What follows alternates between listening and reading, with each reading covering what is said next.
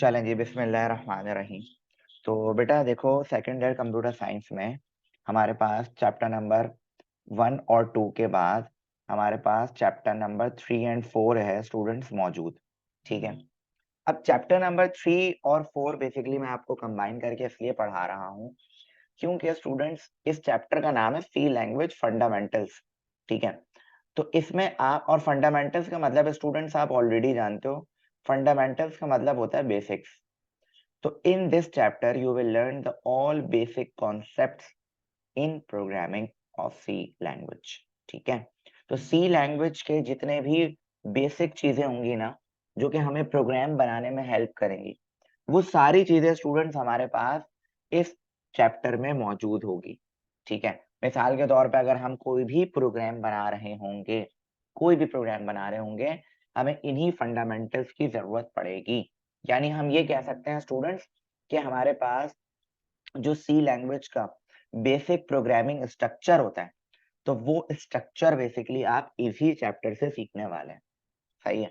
तो हेडिंग का मतलब तो समझ आ गया कि इस चैप्टर में हम सी लैंग्वेज के फंडामेंटल्स को यानी सी लैंग्वेज के बेसिक्स को देखने वाले हैं। ठीक है भाई। अच्छा जी। उसके बाद स्टूडेंट्स जो हमारा फर्स्ट टॉपिक है, हमारा जो सी लैंग्वेज में स्टूडेंट्स हमारा फर्स्ट टॉपिक है, वो हमें नजर आ रहा है students variable and it's rule. देखो, वेरिएबल जो है ना, वो बहुत ज्यादा मैटर करता है। वेरिएबल किसी भी प्रोग्रामिंग लैंग्वेज में बहुत ज्यादा जो है वो मैटर करता है। अगर आप में से कोई मुझसे पूछेगा कि सर वेरिएबल का यूज क्या है प्रोग्रामिंग में, तो बेटा याद रखना, प्रोग्रामिंग में हम जब भी डेटा स्टोर करवाते हैं, प्रोग्रामिंग में हम जब भी स्टूडेंट्स डेटा को क्या कराते हैं, स्टोर कराते हैं, वो सब हम वेरिएबल्स के थ्रू कराते हैं। सही है। क्योंकि हमारा जो कंप्यूटर है वो समझता है प्रोग्राम को, और प्रोग्राम बनता है बेसिकली आपके पास बहुत सारी चीजों का मिक्सचर। ठीक है। देखिए, मैं आपको एक चीज समझाने की कोशिश करता हूँ, कि मैं क्या कहना चाह रहा हूँ। अब देखिए, मैं आपको एक चीज समझाता हूँ जरा। मिसाल के तौर पे स्टूडेंट देखें, ये आपके पास एक कंप्यूटर सिस्टम है। समझिएगा बहुत, ये आपके पास एक कंप्यूटर सिस्टम है। अब इस कंप्यूटर सिस्टम को बेसिकली स्टूडेंट्स इंस्ट्रक्ट करना, वो काम है स्टूडेंट्स आपके पास है सॉफ्टवेयर का। वो काम किसका है स्टूडेंट्स? सॉफ्टवेयर का। सही है। और सॉफ्टवेयर सर बनता है इंस्ट्रक्शन से। सॉफ्टवेयर बनता है इंस्ट्रक्शन से। सही है।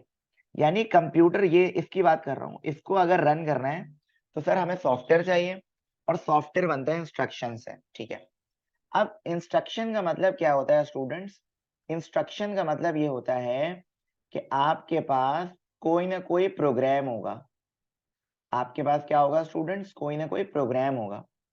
तो याद रखिएगा, किसी भी लैंग्वेज में अगर आप कोई प्रोग्राम बनाते हैं, किसी भी लैंग्वेज में स्टूडेंट्स अगर आप क्या बनाते हैं, कोई प्रोग्राम बनाते हैं, तो उसमें आपको बहुत सारी चीजों की जरूरत होगी।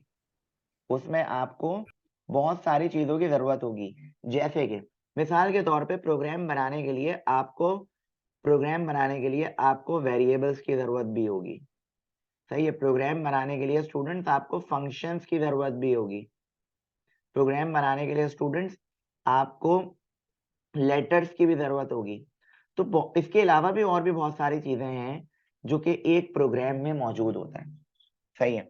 लेकिन फिलहाल मैं अभी आपसे बात कर रहा हूँ वेरिएबल एंड इट्स रूल पे। इसका मतलब क्या होता है स्टूडेंट्स? इसका मतलब ये होता है कि वेरिएबल, अगर आपसे कोई पूछता है कि भाई लैंग्वेज में वेरिएबल का क्या काम है, तो आप बोलेंगे भाई वेरिएबल में हम वैल्यू को स्टोर करते हैं। सही है। और होता क्या है बेसिकली, मैं आपको थोड़ा सा डेफिनेशन पहले रीड कर देता हूँ, और डेफिनेशन रीड करने के बाद मैं अपनी बाकी की बात आपसे डिस्कस करता हूँ। देखें जरा डेफिनेशन हमें क्या कह रहा है, ये देखें। लिखा हुआ students, a variable is a programming ingredient. देखो, यहाँ पे पहले ही सेंटेंस में एक बहुत ही जबरदस्त बात लिखी हुई है कि वेरिएबल जो है स्टूडेंट्स, वो आपका एक प्रोग्रामिंग इंग्रेडिएंट है। प्रोग्रामिंग इंग्रेडिएंट का मतलब ये है कि कोई मैक्सिमम प्रोग्राम्स में हमें वेरिएबल की जरूरत पड़ती है, डायनेमिक प्रोग्राम में हमें वेरिएबल की जरूरत पड़ेगी, सही है। और ये मैं आपको पहले भी बता चुका हूं कि डायनेमिक और स्टैटिक प्रोग्रामिंग में क्या डिफरेंस होता है। देखो, डायनेमिक प्रोग्रामिंग वो प्रोग्रामिंग होती है स्टूडेंट्स जिसमें हम वैल्यूज यूजर से लेते हैं, सही है। मैं यहाँ पे दोबारा लिख देता हूँ, जैसे मैं यहाँ पे कह रहा हूँ डायनेमिक प्रोग्रामिंग, तो डायनेमिक प्रोग्रामिंग में हम यूजर से वैल्यू लेंगे और स्टैटिक प्रोग्रामिंग में हम यूजर से वैल्यू नहीं लेंगे, सही है। तो बेसिकली स्टैटिक हो या डायनेमिक हो, दोनों ही तरह की प्रोग्रामिंग में हमें वेरिएबल्स का यूज करना होता है, सही है। अच्छा, उसके बाद यहाँ पे एक वर्ड यूज हो रहा है, ingredient in the form of an identifier defined by the program. Identifier is a kind of variable, सही है। आइडेंटिफायर भी स्टूडेंट्स हम बेसिकली वेरिएबल को ही कहते हैं।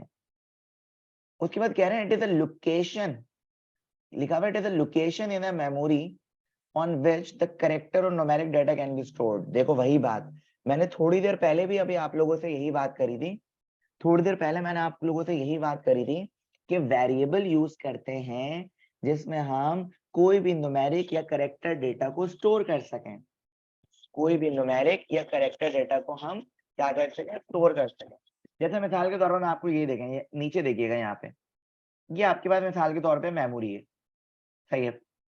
अब इस मेमोरी में कंप्यूटर मेमोरी है अभी आपके पास ये, अब इस मेमोरी में अगर मैंने ए नाम का वेरिएबल डिक्लेयर कर दिया और उसमें कुछ वैल्यूज रख दी, तो ये देखो इस तरह से एक मेमोरी क्रिएट हो जाएगी ए, इसी तरह मैं एक और कर दूं बी, इसी तरह मैं एक और कर दूं सी, इसी तरह मैं एक और कर दूं डी, इसी तरह मैं और भी कर सकता हूँ। तो इससे पता क्या चल रहा है कि हमारे पास बेसिकली ये जो वेरिएबल्स हैं ये हमारी मेमोरी के लोकेशन होती है कि हमारा डेटा कहाँ पे जाके स्टोर हुआ है, ठीक है।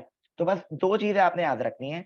अगर आपसे कोई पूछे why we use variables in programming, तो आप बोलेंगे वेरिएबल्स हम इसलिए इस्तेमाल करते हैं ताकि हम अपना डेटा कंप्यूटर मेमोरी में सेव कर सकें। तो कंप्यूटर मेमोरी में डायरेक्टली वैल्यू स्टोर नहीं हो सकती, वेरिएबल के थ्रू स्टोर होती है, ठीक है। उसके बाद जरा देखें, कुछ और डिटेल में बात हो रही है नीचे। A variable is declared using some data type. देखो वेरिएबल यूज किया जाता है कुछ डेटा टाइप्स के साथ। अब डेटा टाइप के बारे में स्टूडेंट्स देख लें आप लोग, जैसे आपके पास इंटीजर हो सकता है, जैसे आपके पास फ्लोट हो सकता है, जैसे आपके पास कैरेक्टर हो सकता है, जैसे आपके पास डबल हो सकता है। तो इन डेटा टाइप्स के साथ वेरिएबल्स का हम इस्तेमाल करते हैं, ठीक है।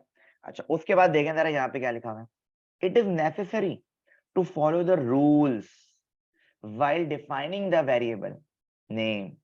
A variable has got the following characteristics. भाई देखें, वेरिएबल को डिफाइन करने के, वेरिएबल को डिक्लेयर करने के भी आपके पास कुछ रूल्स हैं और उन्हीं रूल्स को फॉलो करते हुए, उन्हीं रूल्स को फॉलो करते हुए आप वेरिएबल जो है वो यूज कर सकते हैं, डिक्लेयर कर सकते हैं अपने प्रोग्राम में, ठीक है। अब वो रूल्स कौन से हैं, उन रूल्स को कैसे हम जरा देखें, मैं आपको जरा समझाता हूं, सही है। चलें जी, अब वेरिएबल्स के कुछ रूल्स देखते हैं कि वेरिएबल्स को डिक्लेयर करने के हमारे पास क्या क्या रूल्स जो है वो मौजूद है, सही है। वेरिएबल्स को डिक्लेयर करने के हमारे पास क्या क्या रूल्स मौजूद है, चलें देखें। ये कुछ रूल्स आपको सामने आपकी स्क्रीन में नजर आ रहे हैं। तो इन्हीं रूल्स को फॉलो करते हुए स्टूडेंट्स, इन्हीं रूल्स को फॉलो करते हुए हमें वेरिएबल का नाम डिक्लेयर करना होता है। फिर क्या कह रहे हैं मैं आपको समझाता हूँ। पहला रूल स्टूडेंट देखें आपके सामने यहाँ पे क्या लिखा हुआ है, the first letter must be non numeric.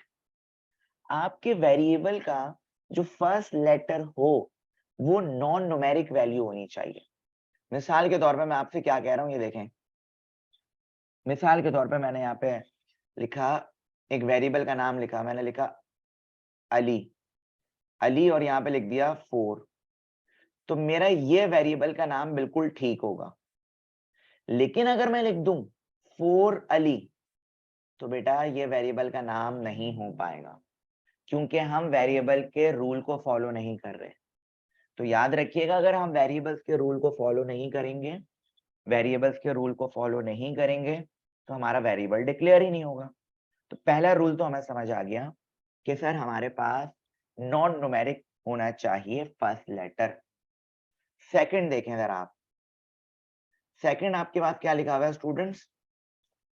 Second लिखा हुआ है no space, no space, commas और special characters can be used in a variable name. तो स्टूडेंट्स यहाँ पे क्या लिखा हुआ है? यहाँ पे ये लिखा हुआ है कि आपके पास कोई भी स्पेस नहीं होना चाहिए वेरिएबल्स के नाम के दरमियान, कोई कॉमा नहीं होना चाहिए, कोई भी स्पेशल कैरेक्टर बीच में मौजूद ना हो वेरिएबल्स के नाम में। जैसे मिसाल के तौर पे मैंने यहाँ पे लिखा, मैंने कोई वेरिएबल लिखना है और मैंने लिखा अहमद और यहाँ पे लिख दिया अली। तो सर ये जो बीच में स्पेस आ रहा है ना, ये नहीं होना चाहिए, वेरिएबल के नाम के डिक्लेरेशन में नहीं होना चाहिए, ये वेरिएबल्स में काउंट नहीं हो पाएगा। सही है ना? कोई कॉमा आए बीच में, कुछ भी नहीं आए, आप बिल्कुल लिखते हुए चले जाए। सही है। और अगर आपको बहुत ही शौक हो रहा है कि मैं कोई करेक्टर को इस्तेमाल कर लूं, तो आप अंडरस्कोर का इस्तेमाल कर सकते हैं, जो कि पॉइंट नंबर 3 में लिखा हुआ है। द अंडरस्कोर, ये रहा, the underscore can be use in a variable name, है ना? अंडरस्कोर का साइन आपने देखा होगा, जो बॉटम की तरफ जो है डैश जैसा साइन होता है। जैसे मिसाल के तौर पे अक्सर लोग लिख सकते हैं अली अंडरस्कोर अहमद। सही है। तो इस तरह का वेरिएबल तो एक्सेप्टेबल है, लेकिन अगर बीच में आप बिला वजह कोई स्पेस या बिला वजह कोई कॉमा या कोई स्पेशल कैरेक्टर यूज करना चाहेंगे, तो बेसिकली वो वेरिएबल आपका डिक्लेयर नहीं हो पाएगा। अच्छा, उसके बाद चौथा रूल देखें जरा, कह रहे हैं the reserve words like integer, void, for, if और भी बहुत सारे रिजर्व वर्ड्स हैं। जब मैं आपको रिजर्व वर्ड का टॉपिक पढ़ाऊंगा तो यू विल इजीली अंडरस्टैंड के व्हाट आई मीन टू से। मैं आपको यही कह रहा हूं कि रिजर्व वर्ड्स का दूसरा नाम है स्टूडेंट्स कीवर्ड्स। रिजर्व वर्ड्स का दूसरा नाम है कीवर्ड्स। तो बेटा जी, वेरिएबल के नाम को रिजर्व वर्ड से दूर ही रखिएगा। जैसे मिसाल के तौर पे जिसपे मैंने अभी सर्कल बनाया, इंट, वॉइड, फॉर, इफ, ये वर्ड्स को आप अपना वेरिएबल का नाम नहीं रख सकते हैं, आपको कोई दूसरा नाम रखना होगा। लेकिन ये स्पेशल नाम है, ये कीवर्ड्स हैं, ये रिजर्व्ड हैं, we can not use as variable. हम वेरिएबल के नाम के लिए इन वर्ड्स को यूज नहीं कर सकते। ठीक है। उसके बाद आ जाए भाई नेक्स्ट पॉइंट पे। While writing C program which has an extension of C, the variable must be stored in the beginning of the main function। ठीक है। अच्छा, जब भी आप प्रोग्राम बनाएं, जब भी वेरिएबल डिक्लेयर करें, जाहिर सी बात है वो एक्सटेंशन के साथ ही प्रोग्राम सेव होगा। सही है। उसके बाद देखेंगे लिखा हुआ it is better to use variable name up to 8 characters. अच्छी प्रैक्टिस ये होती है कि वेरिएबल का नाम जो है वो 8 कैरेक्टर्स तक हो। वैसे इतना ज्यादा नंबर होता नहीं है, इतना ज्यादा जो है वो लंबा नहीं होता। आपके सामने जब मैं क्लास में प्रोग्राम बना रहा होता हूँ, तो मैं अभी वेरिएबल्स का नाम जो है वो बहुत ज्यादा कंसाइज रखने की कोशिश करता हूँ। आपको इस चीज का अंदाजा है? ठीक है। अब मैं आपको एक और चीज बताता हूँ, जरा समझा देता हूँ, एक और चीज समझाता हूँ।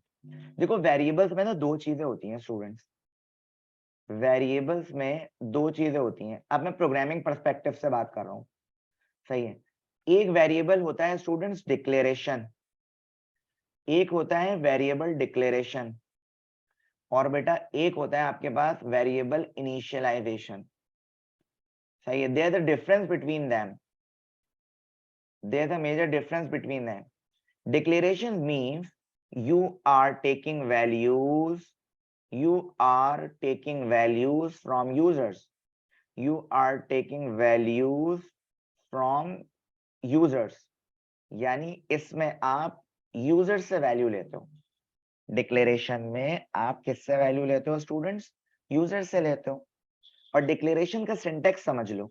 डिक्लेरेशन का सिंटेक्स ये है, देखो, पहले आपके पास आनी चाहिए डेटा टाइप और उसके बाद आना चाहिए वेरिएबल नेम। उसके बाद आना चाहिए वेरिएबल नेम। जैसे अगर मैं एग्जाम्पल के तौर पे आपको समझाना चाहूं, जैसे मैंने लिखा इंट ए, सही है। जैसे मैंने लिखा मिसाल के तौर पे फ्लोट, फ्लोट, और यहाँ पे मैंने लिख दिया अहमद। समझ आ रही है बात? तो ये इसको मैं जरा समझाता हूँ, इसका कलर चेंज कर देता हूँ ताकि आपको बात समझ आए। देखो ये जो फ्लोट है ये क्या है सर? डेटा टाइप है।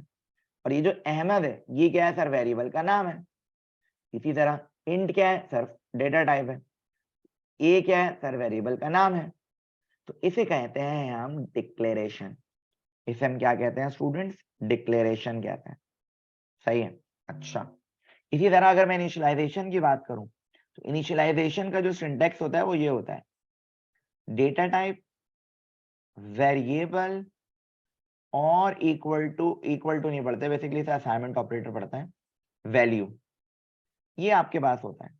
जैसे अगर मैं मिसाल देना चाहूं तो मैंने लिखा इंट, अच्छा देखो मैंने गलत स्पेस दे दिया यहाँ पे, मैं इसको सही कर देता हूँ।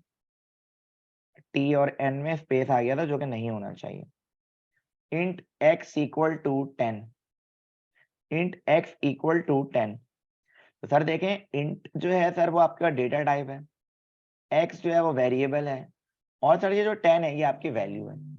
देखो इसमें आपके पास क्या हो रहा है, इसमें आपके पास वैल्यू ऑलरेडी गिवन है, दैट इज कॉल्ड इनिशियलाइजेशन।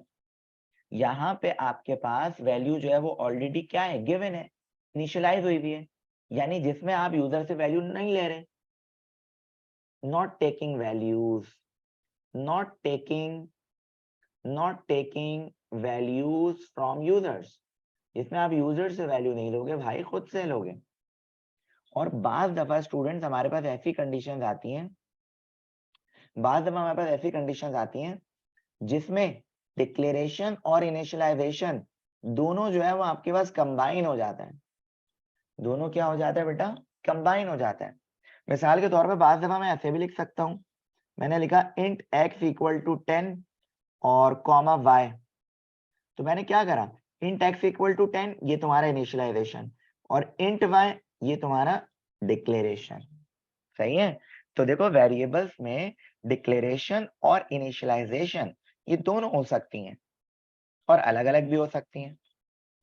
ठीक है भाई, दोबारा ऑन कर देता हूँ।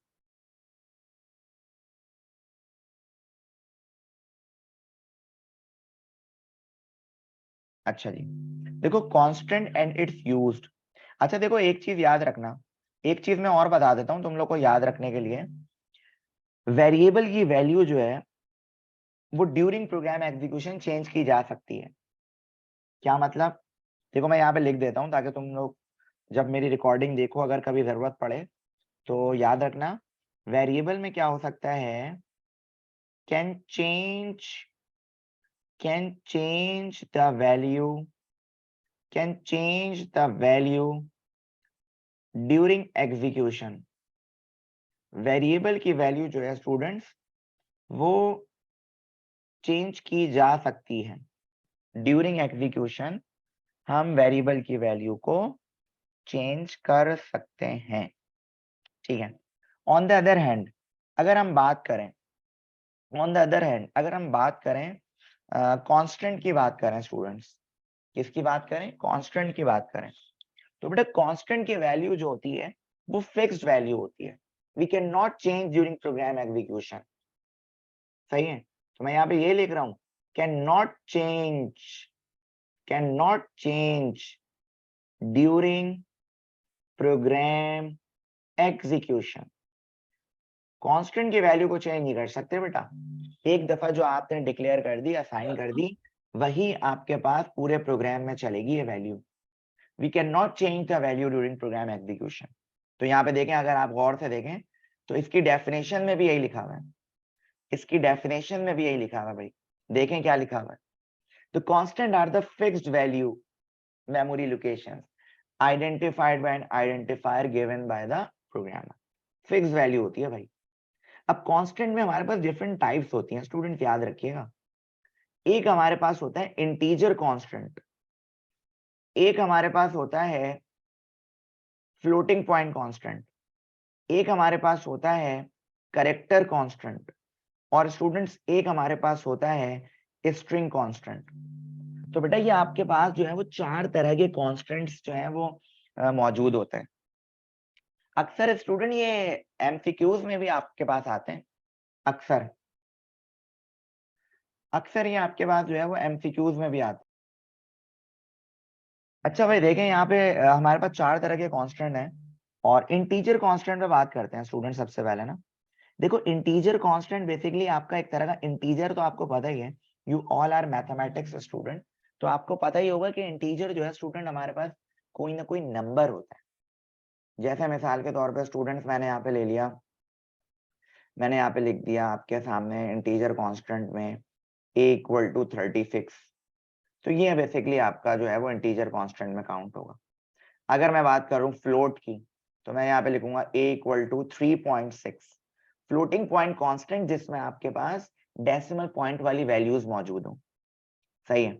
अगर मैं आपसे बात करूं करेक्टर कांस्टेंट, तो देखो करेक्टर कांस्टेंट जो होता है ना, वो सिंगल डिजिट को कहा जाता है और वो कोई भी हो सकता है, चाहे मैं 1 लिखूं, लेकिन एक बात याद रखिएगा, करेक्टर कांस्टेंट हमेशा सिंगल इन्वर्टेड कॉमास में होगा। किसमें होगा? सिंगल इन्वर्टेड कॉमास में होगा। मिसाल के तौर पर मैं ए लिख दूं, इसको कांस्टेंट बना दूं सिंगल इन्वर्टेड कॉमास में, तो ये मेरे पास करेक्टर कांस्टेंट में काउंट होगा। इसी तरह अगर मैं स्ट्रिंग कांस्टेंट की बात करता हूं बेटा, तो स्ट्रिंग कांस्टेंट का स्ट्रिंग का मतलब होता है कॉम्बिनेशन ऑफ कैरेक्टर्स। सही है, मैं यहाँ पे लिख देता हूँ छोटा सा नीचे, स्ट्रिंग का मतलब होता है बेटा combination of characters, combination of characters. लेकिन स्ट्रिंग कांस्टेंट जब भी आप करेंगे वो डबल इन्वर्टेड कॉमास में होगा। जैसे मैंने यहाँ पे लिखा नासिर, तो बेटा ये डबल इन्वर्टेड कॉमास में मैंने लिखा। ठीक है, तो इसकी एग्जाम्पल मेरे पास एक और भी होगी, मैं आपको जरा यहाँ पे दिखाने की कोशिश करता हूँ। जी बिल्कुल, ये देख सकते हैं आप, ये देख सकते हैं कि ये आपके पास इंटीजर कांस्टेंट है, ये आपके पास फ्लोट कांस्टेंट है। सही है, फ्लोट और फ्लोटिंग पॉइंट और डबल में आपके पास बेसिकली क्या होगा, पॉइंट वाली वैल्यूज होंगी। और अगर हम कैरेक्टर कांस्टेंट की बात कर रहे हैं बेटा, तो आप देख सकते हैं कि सिंगल इन्वर्टेड कॉमा में जो सिंगल डिजिट होता है उसे हम कहते हैं स्टूडेंट्स कैरेक्टर कांस्टेंट। और स्ट्रिंग कांस्टेंट देख सकते हैं आप, combination of characters with double inverted commas, with double inverted commas.